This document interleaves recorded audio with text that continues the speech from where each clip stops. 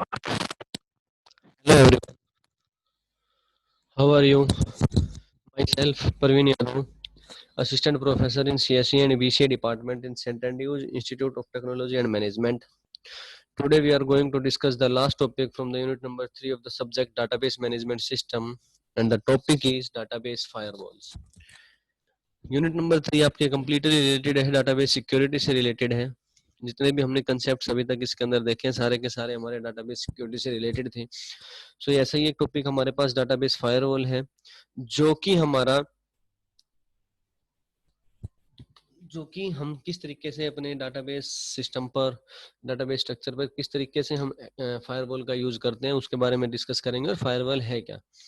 So database firewall are a type of web application firewall that monitors database to identify and protect against database specific attacks that mostly seek to access sensitive information. Basically हम ये कह सकते हैं कि एक firewall एक इस type की एप्लीकेशन है हमारे पास, जो मेरे एक डिवाइस से दूसरे डिवाइस के बीच में अगर हम उसको यूज करते हैं, तो अगर कोई ऐसी क्वेरी या कोई ऐसा इनपुट जो वैलिड ना हो, उस इनपुट को हमारा फायरवॉल आगे सेंड नहीं करता। सो बेसिकली फायरवॉल एक एप्लीकेशन है जिसको कि हम यूज करते हैं to identify the invalid queries और इनवैलिड आपका जो कह सकते हैं कि इनवैलिड डाटा जो हम लोग एक्सेस करना चाहते हैं, वो उसको हम रोकने के लिए फायरवॉल्स का यूज करते हैं। डाटाबेस फायरवॉल आल्सो इनेबल, जो कि आपके पास मॉनिटर करके रखेगा कि क्या क्या कौन कौन सी क्वेरीज आ रही हैं, कौन किसको कौन कौन से एक्सेसेस हुए हैं, कितने यूजर को एक्सेस दिया गया है। तो सारी की सारी रिपोर्ट हमारे पास एक लॉग मेंटेन करके रखता है फायरवॉल हमारा, सो दैट हम उस फायरवॉल के थ्रू अपनी जो फर्दर जो भी हमारी चीजें हैं उनको यूज कर सकें। So database firewall can generate specific reports for regulation such as, जो रिपोर्ट्स वो जनरेट करता है उसमें हमारे पास कुछ है जैसे पीसीआई या पैस वगैरह इस टाइप की कुछ रिपोर्ट्स हमारे पास वो मेंटेन करता है। कुछ लोग्स वो अपने पास मेंटेन करता है कि कौन सा यूजर किस परमिशन के साथ कौन सी क्वेरी को एक्सेस करना चाह रहा है, वो चीजें। Database firewalls are security software that is deployed either in line with the database server, जो कि हमारे पास डाटाबेस सर्वर के पास डाटाबेस सर्वर के साथ भी हो सकता है, और हम उसको गेटवे होते हैं हमारे पास, हम उन गेटवे के साथ भी उसको यूज कर सकते हैं। डाटाबेस सर्वर होस्ट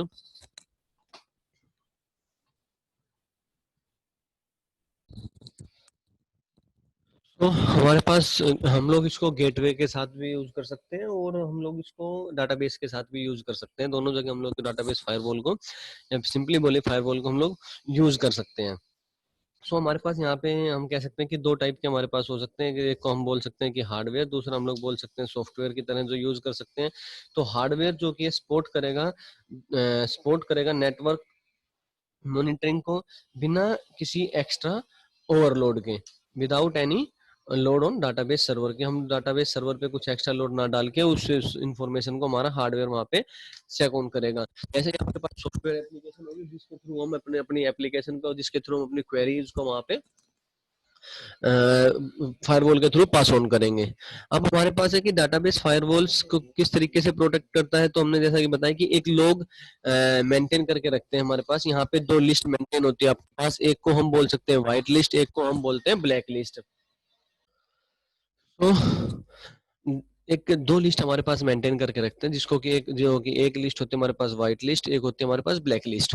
वो क्वेरीज जो रेगुलर बेसिस पे यूज हो रही है, चाहे हम कह सकते हैं जो वैलिड क्वेरीज है, उसको वैलिड क्वेरीज को हम व्हाइट लिस्ट में स्टोर करा सकते हैं और इनवैलिड क्वेरीज को हम लोग ब्लैक लिस्ट में स्टोर करके रखते हैं। सो यहाँ पे अब डिस्कस करते हैं कि database firewall include a set of predefined customizable security audit policies and they can identify database attacks based on past incidents, threats, patterns called signatures. That means कि firewall, हमारा जो database firewall वो क्या करते हैं कि जो पहले ऑलरेडी कुछ इस टाइप के अटैक्स जो हो चुके हैं, उन सारी की सारी चीजों को वो मेंटेन करके रखता है, सो दैट इन फ्यूचर वो दोबारा से उस टाइप के अटैक हमारे डाटाबेस पर ना हो। सो जैसा कि यहाँ पे लिखा है कि वो प्री डिफाइंड और कस्टमाइजेबल सिक्योरिटी ऑडिट पॉलिसीज कुछ होती हैं, उनको वो यहाँ पे और कुछ डाटाबेस जो पास्ट में यहाँ पे आइडेंटिफाई हुए हैं या जो भी थ्रेट्स वहाँ पे हुए थे, उस टाइप के सारी चीज़ों को वो हैंडल करके रखता है। और उस टर्म को जो जिस फाइल को वो हैंडल करके रखते हैं, जिस फाइल में वो इस चीज़ को हैंडल करके रखते हैं, उसको हम बोलते हैं signature. So the SQL input queries are compare to the signature. So अब जो हमारे पास क्वेरीज जो रन करेंगे अब हम, वो क्वेरीज पहले उस इनपुट सिग्नेचर जो हमारे पास फाइल है, उस सिग्नेचर फाइल के साथ वो चेक होंगी, और वो वहां पे अगर कुछ इश्यू नहीं मिलता है तो वो पास ऑन हो जाएंगे हमारी, और हमें डाटा मिल जाएगा। और ये जो हमारे पास जो सिग्नेचर फाइल है वो हमारे पास रेगुलरली अपडेटेड भी होती रहेगी, क्योंकि हो सकता है कि कोई नई क्वेरी वहां पे आए, कोई किसी अलग टाइप की क्वेरी आए। So which are updated frequently by the vendors to identify known attacks on the database. So हम लोग जो हमारे पास सिग्नेचर फाइल है उसको हम लोग अपडेट भी करते रहते हैं, but all the attacks on database may not be the familiar. So database firewalls build whitelist of approved SQL commands that are safe, जो कि हमारे पास सेव होती हैं. All the input commands are compared with this whitelist, and only those that are already present in whitelist are sent to the database. Database firewalls can also maintain blacklist of a certain specific and potentially harmful commands and do not allow this type of inputs. So दो list जो हमने discuss की थी, वो दो list ये हैं जिस तरीके से वो कौन कौन सी कमांड्स को वो पास ऑन करेंगे हम लोग वो. Some database firewall can also identify the database operating system and protocol vulnerabilities in the databases and intimate the administrator who can take steps to patch them. So यहाँ पे कुछ हमारे पास database firewall जैसे होंगे जो कि आइडेंटिफाई करेंगे database किस टाइप का है, ऑपरेटिंग सिस्टम कौन सा है, कौन कौन से प्रोटोकॉल्स वहाँ पे यूज हो रहे हैं database के अंदर, so that कि हम उसको उस पर कुछ फर्दर स्टेप अगर हमें वहाँ पे उठाने पड़े तो हम वो स्टेप वहाँ पे ले सकते हैं. Some database firewalls can also monitor for database responses to block potential data leakage. कुछ database firewalls हमारे पास इस टाइप की होंगी जो कि क्या करेंगे, मॉनिटर करती हैं हमारे पास जो जिसके चांसेस हम कह सकते हैं कि जिसके थ्रू डाटा का लीक होने का चांसेस ज्यादा है. सो वो काम भी हमारे पास database firewall का है कि वो मॉनिटर करके रखेगी उस टाइप के responses को भी और request को भी. Database firewalls can also notify the suspicious activities instead of blocking them right away. Database firewall blocking का तो एक है हमारे पास कि वो जो भी इस टाइप की queries आती हैं या इस टाइप की कुछ request आती है तो उसको हम ब्लॉक कर देते हैं, लेकिन उसके बावजूद भी जो भी suspicious activities मेरे database पर वहाँ पे होंगी उसको भी ये अपने पास रिकॉर्ड करके रखता है. सो यहाँ पे हमारे पास एक एग्जांपल है ओपन सोर्स डाटाबेस फायरवॉल का, जो कि एग्जांपल हमारे पास ग्रीन एसक्यूएल. ग्रीन एसक्यूएल हमारे पास एक ओपन सोर्स डाटाबेस फायरवॉल है जो कि फ्री टू डाउनलोड है हमारे पास. that can be used to protect MySQL and PostgRE SQL database. यहाँ पे हमारे पास बेसिकली क्या होगा कि सपोज कि एक ये हमारे पास यूजर है, ये हमारे पास फायरवॉल है, ये हमारे पास वेब सर्वर है, ये हमारे पास डाटाबेस है. यहाँ पे इस केस में क्या होगा कि यहाँ पे यूजर ने कोई कमांड सेंड की HTTP के थ्रू, जो भी आपने कोई भी साइट यहाँ से आपने रिक्वेस्ट सेंड की है, वो जाने के बाद वेब सर्वर के पास जाएगी. वेब सर्वर से वो जो आपके पास रिक्वेस्ट है वो चेक होगी कि क्या कुछ वहाँ पे आपने सेंड किया. सपोज फॉर एन एग्जांपल कि select star from pages where ID is equals to 1, कि आप एक ये वाली आपकी जो कमांड है, आप लॉगिन कर रहे हो फॉर एन एग्जांपल फेसबुक के लिए. सो यहाँ पे पहले वो इस टाइप के पेज को यहाँ पे सर्च करेगी कि select star from pages where ID is equals to 1, जो भी कमांड आपकी है एज एन एग्जांपल ये है आपकी. सो डाटाबेस से यहाँ पे उसको लेंगे, देन वो हमारे पास आपके वेब सर्वर के पास आएगी. वेब सर्वर उसको जो आपके पास जो एक नॉर्मल वे होता है HTML के कोड के अंदर, जो आपके पास एक फ्रंट एंड मिलता है आपको, जो फ्रंट एंड आपको मिलेगा फेसबुक का या जो भी आप साइट ओपन कर रहे हो उसका, वो यूजर को यहाँ पे पहुंच जाते हैं. तो ये जो फायरवॉल है, ये जो आपका है यहाँ पे, ये सारी चीजों को मेंटेन करके रखता है कि कौन सी क्वेरी है. यहाँ पर आपके पास जो भी चीजें हैं, जो हमने सिग्नेचर फाइल की बात की, वो आपके पास यहाँ पे मेंटेन होगी. व्हाइट लिस्ट आपकी यहाँ पे मेंटेन होगी, ब्लैक लिस्ट आपकी यहाँ पे मेंटेन होगी. उसके अलावा हमने जो डिस्कस किया था कि जो एक्स्ट्रा जो भी सस्पिशियस एक्टिविटीज हैं वो यहाँ पे मेंटेन होंगी. कोई क्वेरीज ऐसी हो जो हमारे पास व्हाइट लिस्ट में ना हो, हमें अपडेट करनी हो, तो वो फायरवॉल का काम है, वो अपडेट करेगा इसको. यहाँ पे एक डिफरेंस हम कह सकते हैं कि हम इस वेब सर्वर के बीच में और डाटाबेस के बीच में भी एक डीबी सीड है हमारे पास जो कि एज अ फायरवॉल वर्क करता है, तो हम उसको भी यूज कर सकते हैं यहाँ पर. सो डेट जो ये कमांड है वो डीबी सील्ड के थ्रू फिर यहाँ पे डाटाबेस के पास जाए. दैट मीन्स कि एक क्वेरी फिर आपके, जब हम इस सिनेरियो को यहाँ पे यूज करेंगे वेब सर्वर की जगह, वेब सर्वर और वीबी सील्ड देन डाटाबेस, तो यहाँ पे आप लोग ये कह सकते हो कि आपकी एक क्वेरी दो जगह से पास होगी, दो सिक्योरिटी रीजन से पास होगी। First one is firewall, second one is DB shield. So यहाँ पे जो आपके पास होगी वो फिर आपके पास check query info and patterns वगैरह हैं। वो जो भी आपने क्वेरी सेंड की है, जो भी पैटर्न वहाँ पे आपके आपने जो भी सिग्नेचर लिस्ट में उसको पैटर्न मिले, उस पैटर्न को चेक करने के बाद वो डाटाबेस से डाटा को उठाएगी और हमें रिवर्ट बैक करेगी। इसके बाद आपके पास जो नेक्स्ट टॉपिक है वो है आपका distributed database. Basically distributed database हमारे पास ये है कि एक डाटाबेस है, उसको हमने अलग अलग जगह डिस्ट्रीब्यूट किया हुआ है। यहाँ पे दो टाइप होंगे आपके पास, एक हेट्रोजीनियस, एक होमोजीनियस। ठीक है। So distributed database is basically database that is not limit to one system, जो कि हमारे पास एक सिस्टम के लिए हम लोग कह सकते हैं कि वो एक सिस्टम के लिए नहीं है। It is spread over different sites, multiple computers over or a network of computers. A distributed database system is located on various sites that do not that do not share physical components. This may be required when a particular database needs to be accessed by various users globally. यहाँ पे हम distributed database का एक चीज कह सकते हैं, just an example. आप एमडीयू की साइट है, एमडीयू पे हम लोग अगर एग्जांपल के लिए बात करें कि अगर हम लोग इंटरनल मार्क्स अपलोड करते हैं वहाँ पे, सो हम भी करते हैं, सेंट एंड्रूज भी करता है, डब्ल्यूसीटीएम भी करता है, बीएमसीटीएम भी करता है और आपका ग्लोबल भी करता है। सारे कॉलेजेस हम लोग डाटाबेस कहीं ना कहीं उनके डाटाबेस में, एमडीयू के डाटाबेस में अपना जो इंटरनल मार्क्स है वो हम लोग वहाँ पे अपलोड करते हैं। तो ये आपका हुआ डिस्ट्रीब्यूटेड डाटाबेस। दैट मीन्स कि डाटाबेस एक जगह है, उसको हम लोग अलग अलग यूज कर रहे हैं और फिर वो इन्फॉर्मेशन आपकी जाके उस डाटाबेस में स्टोर हो रही है। सो ये दो टाइप्स की हमारे पास, एक वो डाटाबेस जो हम अपने लोकल में यूज करेंगे, एक वो डाटाबेस जो हमने अभी एग्जांपल दिया एमडीयू वाला। So, दो टाइप हमारे पास, homogeneous database और heterogeneous database. In a homogeneous database, all different sites store database identically. The operating system, database management system, and the data structures are used. All are same at all sites. Hence, they are easy to manage. यहाँ पे हम कह सकते हैं कि जो example हमने अभी एमडीयू से रिलेटेड लिया कि डाटाबेस आपका एक जगह होगा, डाटा स्ट्रक्चर आपका एक जगह होगा, ऑपरेटिंग सिस्टम आपका जो भी आप लोग यूज कर रहे हो वो एक जगह होगा, लेकिन हम उस पर्टिकुलर डाटाबेस को एक्सेस कर रहे हैं दूसरी जगह।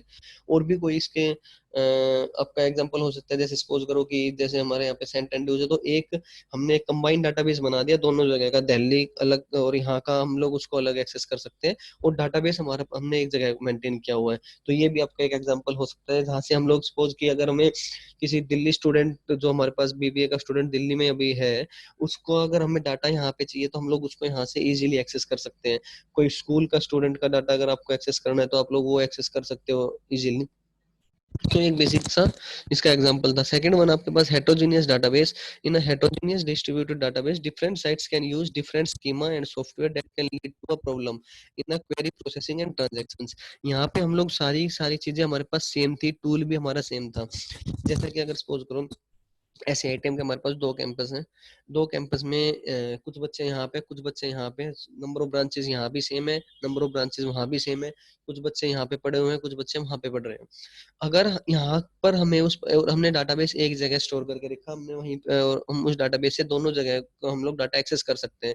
अगर किसी स्टूडेंट को यहाँ के कोई स्टूडेंट है और उसको अगर वहां पे डाटा निकलवाना है तो अपना वो डाटा इजीली निकलवा सकता है, बिकॉज हम लोग ऑपरेटिंग सिस्टम भी सेम यूज कर रहे हैं, हम लोग डाटाबेस भी सेम यूज कर रहे हैं, हम लोग जो डाटा स्ट्रक्चर है वो भी सेम यूज कर रहे हैं और हमने जो पैरामीटर्स यूज किए हुए हैं वो भी हमने सेम किए हुए हैं।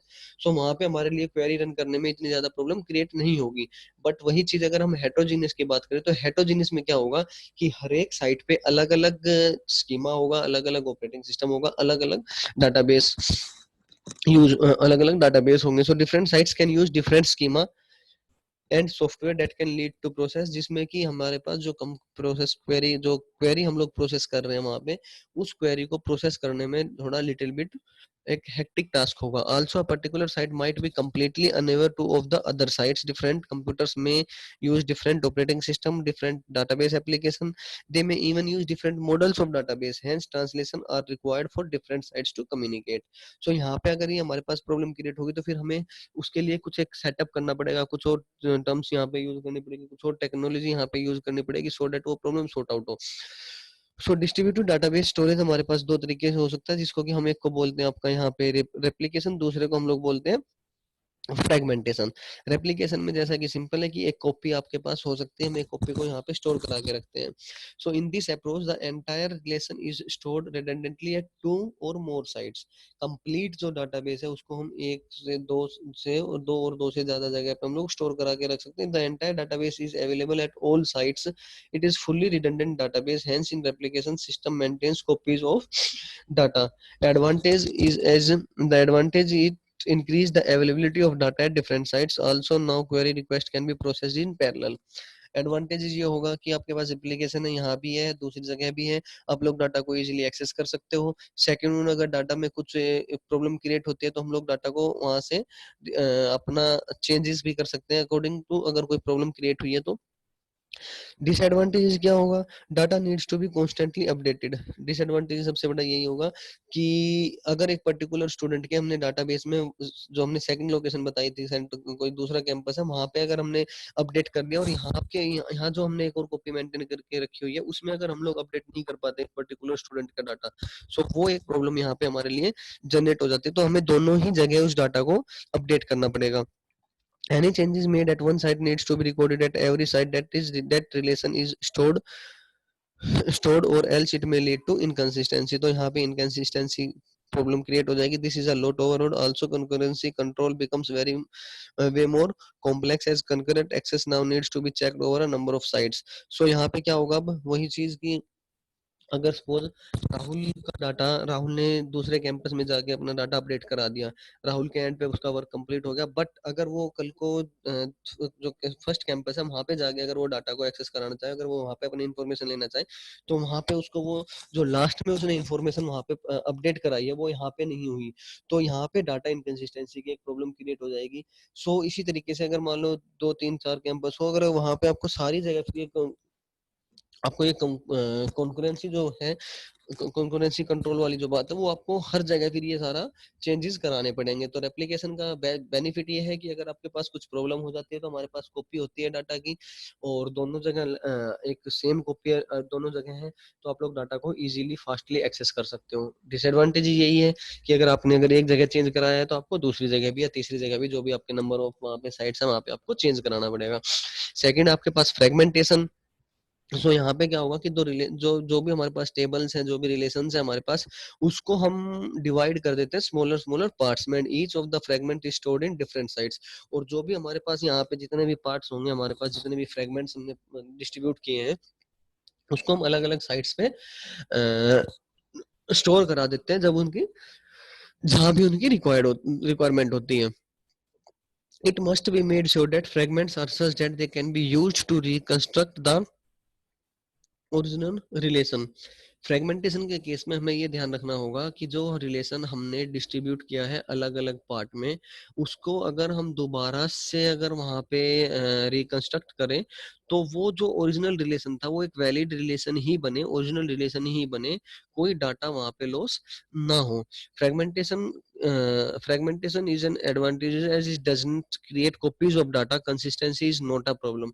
सो यहाँ पे क्या होगा, आपके पास जो इनकंसिस्टेंसी की जो एक प्रॉब्लम क्रिएट हो रही थी, डाटा इनकंसिस्टेंट हो जा रहा था, वो प्रॉब्लम यहाँ पे आपके पास नहीं होगी, क्योंकि यहाँ पे हम लोग कॉपी मेंटेन करके नहीं रख रहे हैं। दो तरीके से हमारे पास ये हो सकती है, फर्स्ट आपके पास हॉरिजॉन्टल, सेकंड आपके पास वर्टिकल फ्रेगमेंटेशन। हॉरिजॉन्टल में हम लोग क्या करते हैं कि स्प्लिटिंग ऑफ रोज, जो नंबर ऑफ आपके पास टेबल के अंदर जो डाटा है उस रोज जितना भी है उसको हम उसको उस रिलेशन को हम अलग अलग रोज में या टपल बोलते हैं रोज को, तो हम उसमें डिवाइड कर देते हैं सो डेट कि each tuple is assigned to at least one fragment. अगर हम उसको वहां पे अगर टपल की फॉर्म में या रोज की फॉर्म में या हॉरिजॉन्टली फॉर्म में अगर उसको वहां पे डिवाइड करते हैं तो जितनी भी हमारे पास टपल्स हैं वो एक फ्रेगमेंट को वहां पे कंप्लीटली उस पर वर्क करे। दैट मीन्स कि अगर एज एन एग्जांपल कि राहुल एक है, सेकंड फील्ड में आपने बीबीए लिखा है, थर्ड फील्ड में फोर्थ सेमेस्टर है, फिर उसका रोल नंबर है, फिर उसने बुक्स कौन कौन सी इश्यू कराई है, तो ये जो कंप्लीट एक टपल है ये पूरा एक फ्रेगमेंट में आप डिवाइड कर सकते हो, सो डेट कि यहाँ पे आपका डाटा मिसमैच भी ना हो और कंप्लीट डाटा भी हमें यहाँ पे मिल जाए। दूसरा आपके पास है वर्टिकल फ्रेगमेंटेशन, जिसको कि हम कह सकते हैं कि हम लोग उसको डिवाइड कर सकते हैं बाय कॉलम्स के थ्रू। The schema of the relation is divided into smaller schemas. Each fragment must contain a common candidate key so as to ensure lossless join. यहाँ पे क्या होगा, अगर अब हर एक फ्रेगमेंट में आपके पास एक हर एक फ्रेगमेंट में आपके पास यहाँ पर क्या होना चाहिए कि एक की कैंडिडेट की हो, जिसकी वजह से हमारे पास अगर हम जब उसको ज्वाइन करते हैं तो वहां पे ज्वाइन करने में हमारे को प्रॉब्लम ना हो या डाटा लॉस ना हो। क्योंकि जब हम हॉरिजॉन्टल की बात करते हैं तो वहां पे जब जब हमने टपल की बात की तो वहां पे आपके पास एक की है, जिसको कि आप हर एक फ्रेगमेंट में या हर एक टपल के पास अपनी एक प्राइवेट की है, अपनी एक प्राइमरी की है। बट जब हम उसको कॉलम में डिवाइड कर रहे होंगे तो वहां पे हमारे पास जो फर्स्ट कॉलम अगर हमने डिवाइड कर दिया तो वो सारा का सारा हमारा प्राइमरी की होगा। और अगर सपोज आपने 3 कॉलम को अलग डिवाइड कर दिया, 3 कॉलम को अगर अलग डिवाइड कर दिया, तो वो जो 3 कॉलम को आपने जो डिवाइड किया है तो वहां पे तो आपके पास एक की हो जाएगी। बट जब दूसरा जो टेबल आपने जो फ्रेगमेंटेशन की है, वहां पे कोई एक ऐसी की होनी चाहिए जिसके थ्रू जब मैं दोबारा से उस टेबल को एक कंबाइन या रिकंस्ट्रक्ट करूं तो उस की के थ्रू मैं उस डाटा को वहां पे या उस रिलेशन को दोबारा से रिकंस्ट्रक्ट इजीली कर सकूं। सो ये आपका यहाँ पे डीबीएमएस का कंप्लीट हो गया है सिलेबस। असाइनमेंट्स और क्विज जो बची हैं वो नेक्स्ट क्लास से आपको व्हाट्सएप के थ्रू आपको असाइनमेंट और क्विज दोनों चीजें वहां पे मिल जाएंगी। Thank you.